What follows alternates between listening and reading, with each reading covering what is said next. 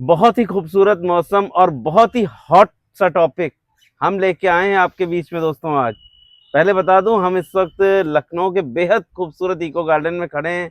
मैं अपने बिल्कुल। दोस्त सुयस के साथ। यहाँ पर बहुत ही खुशनुमा सा मौसम है, देखिए आपको लग बहुत ही रहा होगा। बढ़िया मौसम हो हल्की रखा है। हल्की बारिश हो रही है और बड़ा ही खूबसूरत सा मौसम है, लेकिन टॉपिक खूबसूरत नहीं है सुयश। टॉपिक बहुत ही हॉट टॉपिक है। आज आज कुछ ऐसा रिवील होने वाला है जो आप लोग के लिए बहुत ही इंटरेस्टिंग बहुत ही रहेगा। इंटरेस्टिंग और बहुत बड़ी एक खबर निकल के आ रही, कुछ रिपोर्ट्स की अगर माने तो पता चला है कि बीसीसीआई अब जागने वाला है और बीसीसीआई का डंडा जो है उनके सिलेक्टर्स पे पड़ने वो वाला है शायद। सेलेक्टर्स, वो भी चीफ सेलेक्टर अजीत बिल्कुल। अगरकर पर पड़ने वाला है फाइनली।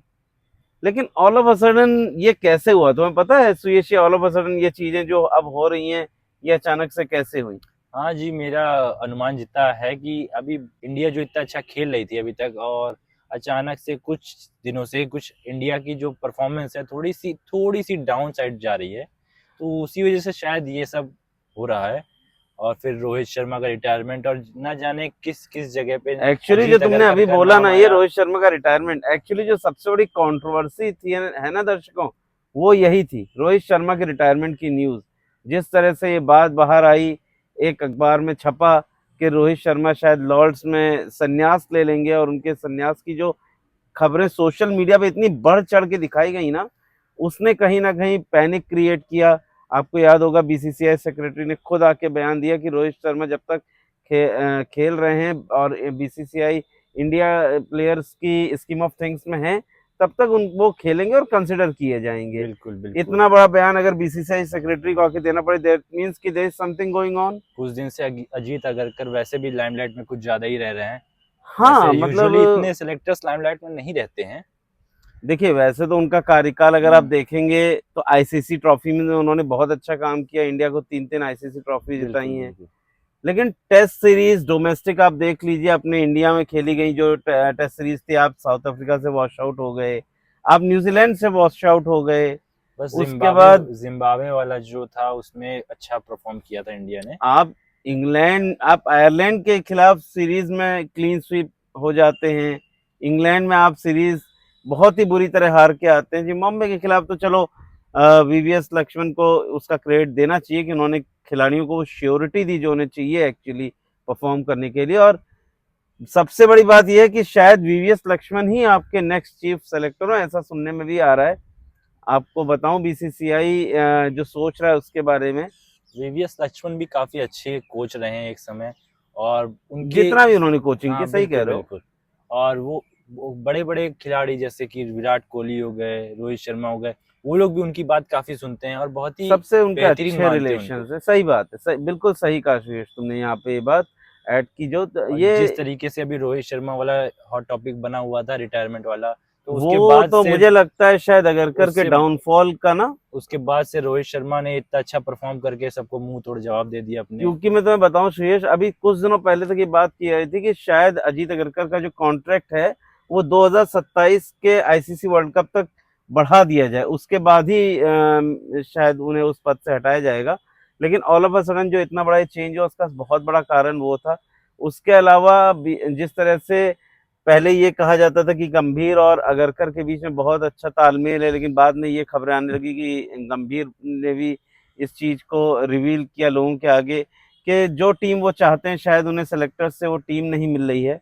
और उसके बाद क्या कहते हैं, जो सबसे बड़ी और भी बातें निकल के आई, और जिस वीवीएस लक्ष्मण के बारे में हम अपने दोस्तों को जरा बता दें कि वीवीएस लक्ष्मण अभी प्रेजेंट में जो हमारा सेंटर ऑफ एक्सीलेंस है नेशनल हाँ, क्रिकेट एकेडमी में, उन उसके हेड हैं। अभी वो वहाँ पर आपके अंडर 19 प्लेयर्स और बाकी जो प्लेयर्स हैं उनके साथ काम करते हैं। अंडर 19 टीम की देखभाल करना, उनके साथ दौरे पे जाना, उनको कोचिंग देना। तो वीवीएस लक्ष्मण की अपने आप में भी एक छवि है, उनकी कोचिंग बिल्कुल की भी बिल्कुल। बात चल रही थी कि उनको कोच बनाया जाए। बट अपने फादर की हेल्थ इश्यूज की वजह से वो इतना ट्रेवल नहीं कर सकते, जिसका शायद वो आपके कोच ना बने, but may be chief selector वो आपके बन सकते और हैं। जिस तरीके से सेंटर ऑफ एक्सीलेंस में पहले होता था कि कोई प्लेयर जाता था और वो फिर इंजर्ड नहीं होता था, मतलब इंजर्ड होता था पर एक इंजर्ड प्रॉपर होता था, बट उसके वापसी के ना वापसी पैरामीटर होते थे, उसको होते थे। डोमेस्टिक बिल्कुल। खेलना होता था, मैच फिटनेस, केवल फिटनेस नहीं चाहिए होती थी, अब जो मैच हो रहा है फिटनेस कि चाहिए होती थी, बिना प्लेयर्स मैच जा खेले रहे हैं, आदमी टीम में इंजर्ड नहीं हो रहे होता हैं, था। फिर से इंजर्ड वापस हो आ रहे हैं रहे और हैं, फिर से फिर से इंजर्ड हो इंजर्ड हो जा जा रहे रहे हैं। हैं। ये एक ये बड़ी एक बहुत बड़ा इशू हो चुका है। मतलब इशू है, और जिस तरह से इस पे हम सफर करते जा रहे हैं, मतलब ये अच्छा मतलब नहीं है। 2 ही 4 गिनती के प्लेयर रह जाते हैं जिनसे आपको और बैटिंग करवानी ऐसे होती है। ऐसे माहौल में आप कैसे एक्सपेक्ट करते हैं कि आप 2027 अच्छा में वर्ल्ड कप में अच्छा परफॉर्म कर परफॉर्म कर पाएंगे, पाएँगे। क्योंकि साउथ अफ्रीका में भी आप देखिए तो 24 साल बाद वर्ल्ड कप खेला जाने वाला है। 2003 में बिल्कुल, इससे पहले वर्ल्ड कप हुआ था, और आप मत भूलिए कि इंडिया फाइनल में कितनी बुरी तरह उस वर्ल्ड कप में ऑस्ट्रेलिया से हार गया था। ऑल्दो इंडिया फाइनल में पहुंचा था 2003 वर्ल्ड कप में, all thanks to master blaster अभी सचिन श्रीलंका तेंदुलकर। श्रीलंका सीरीज में कुछ प्लेयर्स इंजर्ड हो गए हैं और सुनने में आया कि एक और प्लेयर अभी नहीं नहीं, साई सुदर्शन पे क्लियरेंस आ गई है, और मे भी शायद वो अवेलेबल होंगे टीम के लिए। तो वो एक जो न्यूज़ निकल के आ रही थी साई सुदर्शन पे, उस पर क्लैरिफिकेशन आ गया है। लेकिन इंजरी और एक बड़ा कंसर्न इंजरी बन एक गई है। कंसर्न है, आप देखिए जसप्रीत बुमराह बाहर हो गए, बिल्कुल, तो ये सब चीजें हैं बिल्कुल। और केवल इंजरी की बात ही क्यों करनी, जिस तरह से भारतीय क्रिकेट कंट्रोल बोर्ड का मैनेजमेंट इस वक्त काम कर रहा है ना, तो आप देखिए वरुण चक्रवर्ती आईपीएल में उनका उनके पैर में फ्रैक्चर था, उसके बाद भी वो मैच खेल गए। बीसीसीआई ने कैसे परमिशन दी किसी फ्रेंचाइजी को कि आप हमारा जो इंडियन टीम का इतना महत्वपूर्ण स्पिनर है, आप उसको परमिशन दे रहे हो कि वो फ्रैक्चर लेग के साथ भी गेम खेल रहा है। मतलब बिल्कुल। मैंने तो आज तक कभी नहीं देखा ये चीज होती हुई। कारण बस एक ही है, मैं बार बार क्या उस पर बोलूं कि इतना पैसा इतना ग्लैमर क्रिकेट से अब जुड़ चुका है कि सब चीजें दरकिनार कर दी जा रही हैं। बिल्कुल, बिल्कुल। बहुत बड़ा बड़ा पैसा इन्वॉल्व है, इतना नेम फेम हर चीज है। नेम फेम तो खैर अलग की बात है, बट पैसा इज अ बिग रीजन।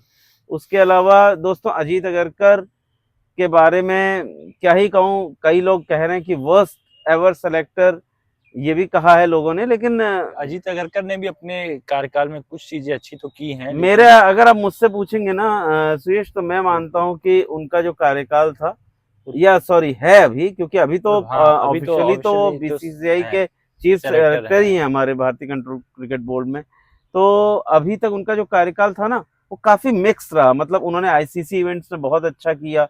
आप मोहम्मद शामी के बारे में कह देते हैं कि आपको फिटनेस का नहीं पता, उनकी उनकी मेडिकल रिपोर्ट नहीं पहुंची है आपके पास। जो आईसीसी ट्रॉफी में इंडिया ने आईसीसी चैंपियंस ट्रॉफी जीती, उसमें मोहम्मद सामी भारत की तरफ से सबसे ज्यादा विकेट लेने वाले बॉलर थे पेसर्स में, और बिल्कुल उन्होंने अच्छा किया था। आप ये नहीं कह सकते, क्योंकि मोहम्मद सामी उस वक्त आपको याद होगा कि आईसीसी चैंपियंस ट्रॉफी में जसप्रीत बुमराह इंजर्ड थे, बिल्कुल और बिल्कुल। बुमराह टीम का पार्ट नहीं था। बुमराह के बिना जो उन्होंने टीम की बागडोर संभाली, वो बॉलिंग में बहुत ही बड़ी बात लीड है। किया बॉलिंग डिपार्टमेंट में, तो वो एक बहुत ही बड़ी बात थी। क्योंकि वहां तो मतलब एक दुबई जैसी विकेट्स में वो मैचेस खेले गए, वहां पर फास्ट बॉलर्स पे इतनी हेल्प भी नहीं रहती। वहां पे उनका जो परफॉर्मेंस था, उस पर भी कंट्रोवर्सी बनी रही। आपसे रोहित शर्मा विराट कोहली को लेके पूछा जाता है, तो आप कह देते हैं कि वो बाद में देखेंगे, अभी बहुत टाइम बचा हुआ, अभी 1 साल बचा है, अभी 2 साल बचा है। अरे खिलाड़ी को भी तो श्योरिटी चाहिए ना यार बिल्कुल बिल्कुल। सुयश। मतलब तुम इस पे क्या अपने दर्शकों से क्या बोलोगे, क्या करना चाहिए ऐसा जो फ्यूचर में, अगर आज मतलब सेलेक्टर बदल दिए जाते हैं चीफ सेलेक्टर, जो फ्यूचर में ऐसा क्या करना चाहिए जो ऐसी दिक्कतें ना खिलाड़ियों को हो ना मैनेजमेंट को उठानी पड़े। मेरे हिसाब से चीफ सेलेक्टर का एक अहम रोल होता है, क्योंकि वही जो होता है एक टीम का समायोजन रूपरेखा तैयार करता है कि बिल्कुल बिल्कुल। कौन प्लेयर रहेगा, किस तरीके उसका उसका रोल क्या रहेगा। तो उसको तो काफी अच्छा होना चाहिए, क्योंकि सेलेक्टर्स ही होते हैं जो प्लेयर्स को चूज करते हैं। वैसे तो बहुत सारे ऑप्शंस होते हैं सेलेक्टर्स के पास कि बहुत सारे प्लेयर्स होते हैं, बट एक टीम बनाना, 15 लोग की टीम बनाना सही बात है, सही एक बात है, बहुत ही, क्योंकि फाइनल से तो चीफ सेलेक्टर का ही रहता किसको है। सही रखा बात जाए है। किसको हटाया जाए, क्योंकि देखा जाए तो कुछ चेहरे हैं जैसे रोहित शर्मा, विराट कोहली, ये सब तो चलो लाइमलाइट में हैं, लेकिन उसके बाद जो कुछ लोग हाँ बचते मतलब हैं जिस तरह से आप तो फेवरेटिज्म दिखाते हैं, आपने बिल्कुल, चहल का एकदम तो करियर ही खत्म कर दिया, आपको कुलदीप यादव को बायस, मैचेस नहीं मिलते। तो सेलेक्टर्स को बायस तो बिल्कुल भी नहीं होना चाहिए, और परफॉर्मेंस जो प्लेयर्स की है उस पर फोकस करके अपना सिलेक्शन देना चाहिए, क्योंकि फेवरेबल अगर बन जाए वो लोग या बायस्ड हो जाए तो फिर वो चीजें थोड़ी बदल जाती हैं। अभी आपने देखा रहाणे का रिटायरमेंट हुआ, उन्होंने भी कहा वो सेलेक्टर से बात करने की कोशिश करते रहे, बट सेलेक्टर्स ने उनसे कांटेक्ट करना जरूरी नहीं समझा, ना वो सेलेक्टर तक रीच कर पाए। मतलब सोचिए, इतना बड़ा खिलाड़ी अगर सेलेक्टर से बात नहीं कर पा रहा है, तो बाकी जो नए नए यंग प्लेयर्स आ रहे हैं आपके, तो वो उनके मतलब उनका क्या ही इतना से रहता होगा, या क्या ही